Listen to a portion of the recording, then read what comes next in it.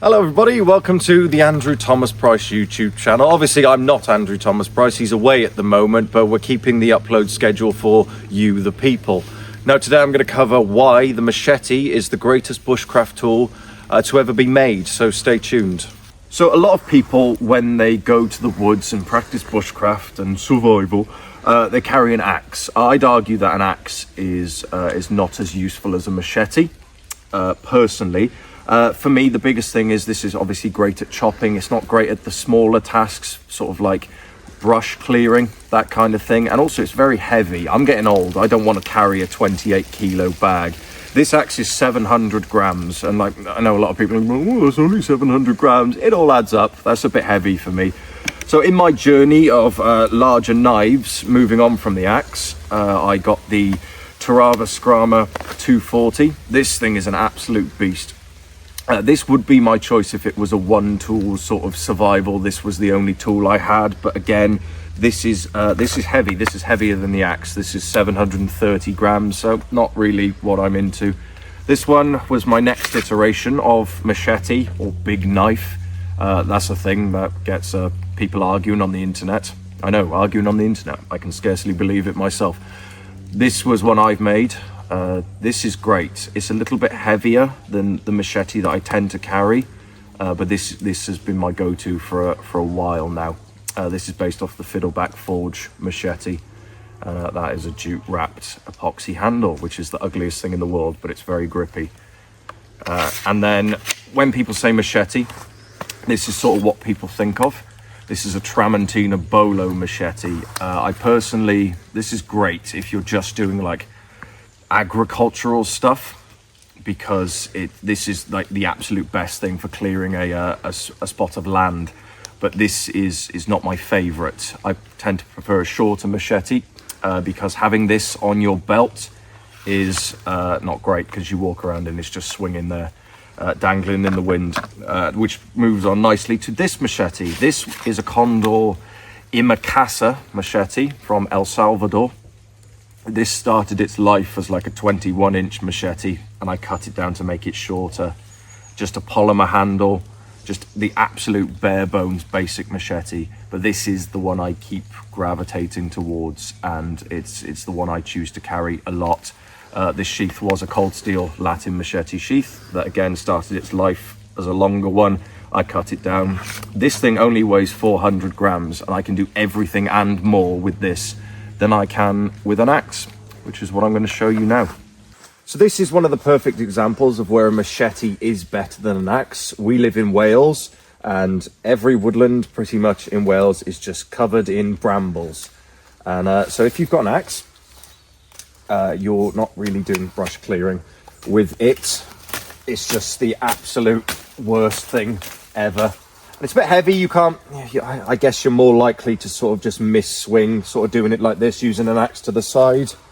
So personally, that doesn't feel that safe. But when you've got a machete, it's just,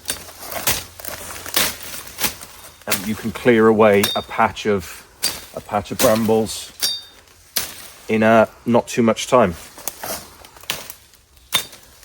which is useful because we're trying to get to that tree in there. So I'm going to do some bramble clearing.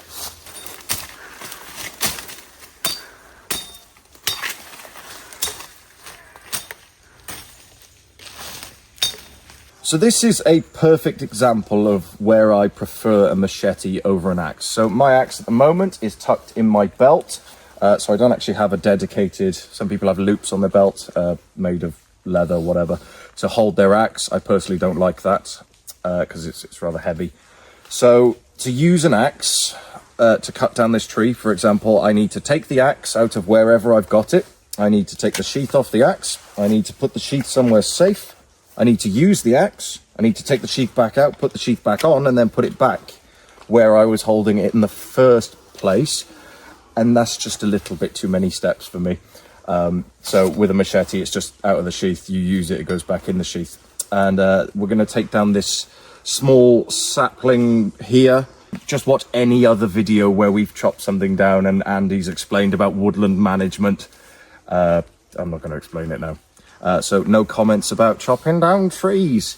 So the beauty about the beauty about a machete is they're very thin, so they're very bitey. This is going to be used for craft projects, so we're going to take this down now. Okay, so here we go. I am going to stand back for this a little bit, just because I think this will go most of the way through. So again, the beauty about this sort of Latin machete style is it's got this belly here, so it makes it really excellent for chopping. So here we go. So that's easily 3/4 of the way through. I reckon I can get through this in like 3 chops. Don't quote me on that. Oh, exactly 3. Tell your friends. So this is, I'm going to tidy this up with a saw now, but I probably couldn't have even done that with an axe. In fact, I'm going to try and chop down this, see how many it takes.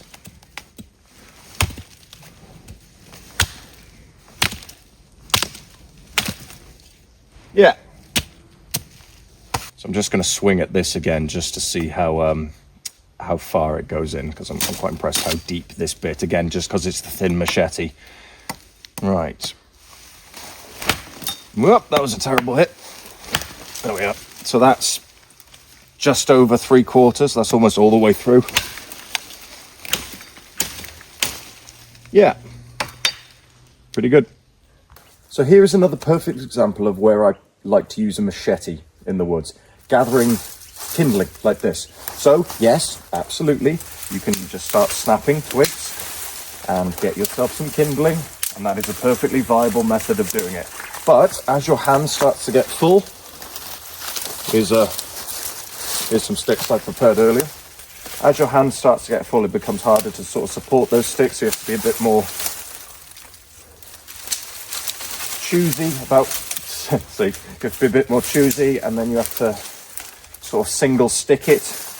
Can try to grab multiple sticks and snap those. That works okay. For me, the easiest way to do it and the quickest way to do it is, if I get my machete, I just grab a handful of sticks and just gather all those up, hold them at the ends, and then chop into those. I can get a fairly decent amount straight away. I'm just gathering those sticks, whack one out the way, gathering those sticks, holding them at the end, and then chopping into them like that. And I can do this really quickly and gather a whole lot of kindling very quickly. What was that? 10 seconds. And the beauty about it is my machete just goes back into my sheath and I'm ready to go. No messing around with an axe cover. So I don't need to show an axe splitting through a bit of wood. We all know an axe can split through a bit of wood. But these machetes, as thin as they are surprisingly good for splitting. They're not the best. When I do use a machete like this for splitting, I often make a wedge out of wood, but I'm not going to do that today. This is a lovely, dry, seasoned piece of ash. So, you know, realistically, if I'm camping and making a campfire, I'm only cutting logs that are like this big. So if it's going to go through, this, it'll go through anything that you cut for a campfire. The reason I've got the one Michael Jackson glove on is because the batten I'm using is soaking wet. So give me a bit of grip. Here we go.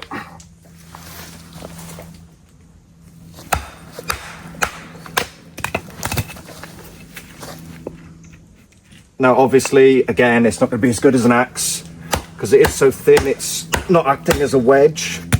I did that like a boob. Hang on.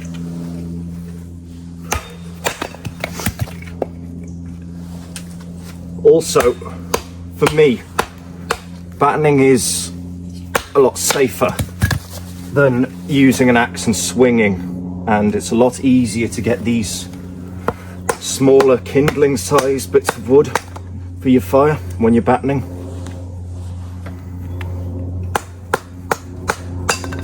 Yeah, you get the picture. So when you buy a machete like this, quite often they come not sharp all the way up to the handle. So you'll get about this much blade where it's unsharpened. I've brought the edge back all the way so it can be used for finer tasks. Now I'll make a tent peg with this in a sec, but first of all I want to do some feather sticks. Even though I am sort of morally opposed to feather sticks, I think they're pointless. I think it's way easier to just do a load of shavings in a pile, and it's also quicker. But here we go. What I'm going to do is I'm going to take this machete and I'm going to stick it into the side of the log as thus, and you have the pleasure of listening to that dog barking while I do this. I'm going to use this and just pull the wood back. Now this is sort of a convexed edge, so you do get those curls.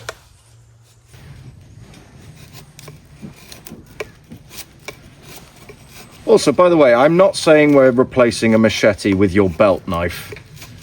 I'm saying that a machete can be used for this if you want, you know, because in the same vein, you're not going to use your axe for your feather sticks, really, are you? So I'm not saying keep a machete instead of your belt knife, but what I am saying is a machete will do feather sticks a lot better than an axe will. So a quick tent peg using a machete. So let's do the one about that long. So what I'm going to do is I'm going to hit it 3 times, roughly in the same spot, in order to snap that off. Then I can, because this machete is quite short, I can still use a chest lever grip. So we bevel off the end as thus, and then super easy to carve a notch.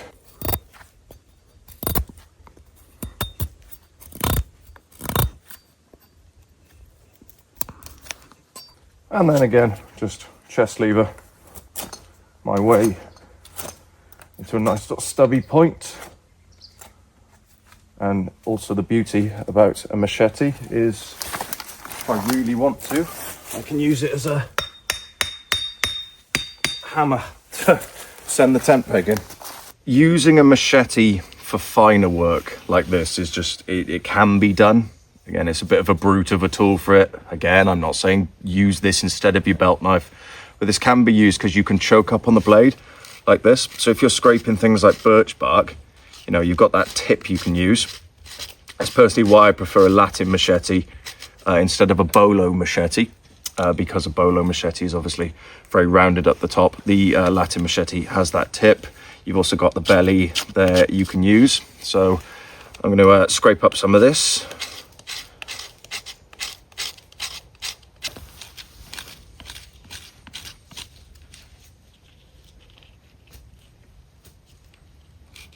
So I've got a pile of shavings here, which I'm desperately trying not to knock over. I'm going to try a method of using a larger knife with a fire steel that I've never used before. I've seen Rob Evans do this, the great Welshman Rob Evans. So I'm just going to move that to a safe somewhere and stick this in the log. We'll do it like... So if the sparks are going down, maybe like this? Whoop. Question mark. Again, like I said, I've never actually done it like this before, so we'll give it a go. Hey. Oh, I immediately hate it.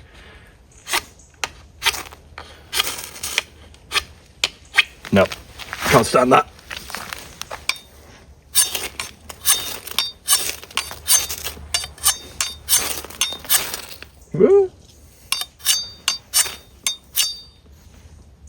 So what I should be doing, in fairness, is I should be anchoring my hand and doing it like this. There you go. So yeah, again, not as good as if you're striking it with a belt knife, because you get a little bit more control, but it can be done. So obviously it wouldn't be a knife using video on the Andrew Thomas Price YouTube channel if I wasn't making a survival spatula. So here we go. Just gonna split this down. I'm gonna use this yeah, why not? Yeah, sure. So the great thing about a machete is, although it's a larger tool, you can sort of choke up on it like a chef's knife and get sort of very detailed cuts and be quite accurate with it. But obviously if you want to just hog off material, you just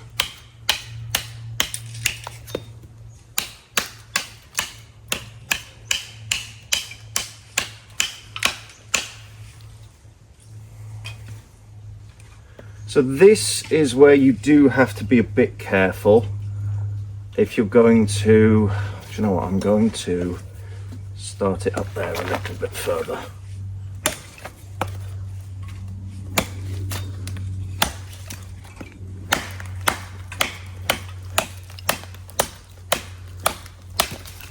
Yeah, right. So when you're doing the shoulders of something, you want to be a bit more careful. So I'm gonna, you know, classic carving technique, tap my fingers, and I'm gonna do that chef's knife grip I talked about. Just sort of do it like this. Is this gonna be as quick as an axe? No. But, you know, if I'm gonna make a carving, I don't mind sitting around for a bit of extra time. I'm not carving because I need the thing immediately. I'm carving because it's just a pastime, usually.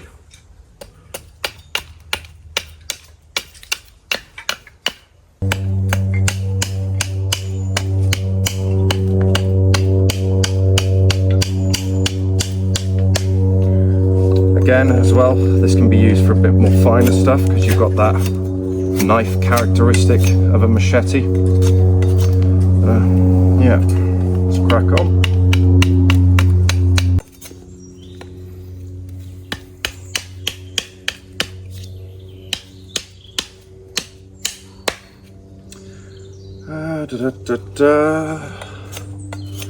Not necessarily going to want to flip my eggs with this, doing this on a dirty stump, but you get the idea.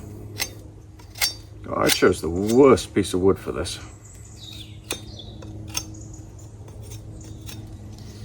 Now you know why I'm behind the camera instead of in front of it.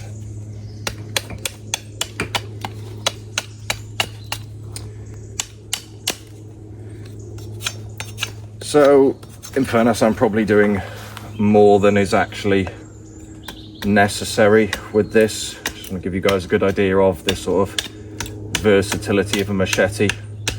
Like, realistically, even if I was using an axe, I would, if I was doing a carving project, I would stop now. An axe is just sort of a roughing tool. But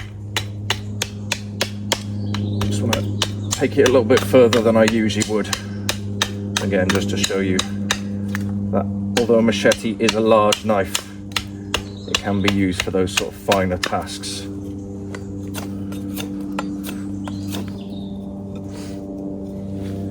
If I can get one of these. Yeah. So again, that sort of chef knife grip where you hold the flat of the blade. So the great thing about a machete is you've got that such a wide blade, you can use it as a draw knife.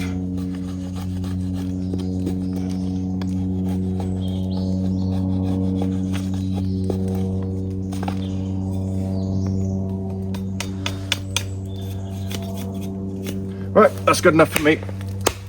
Okay, thank you for watching the video. I hope you've enjoyed it. Just a basic overview of why I tend to take a machete into the woods instead of an axe. And again, look, all the comments, oh, you just use a belt knife and use a saw. Yes, I know, I always carry a belt knife as well. I always carry a saw as well. But this is just what I choose instead of an axe, and it works for me.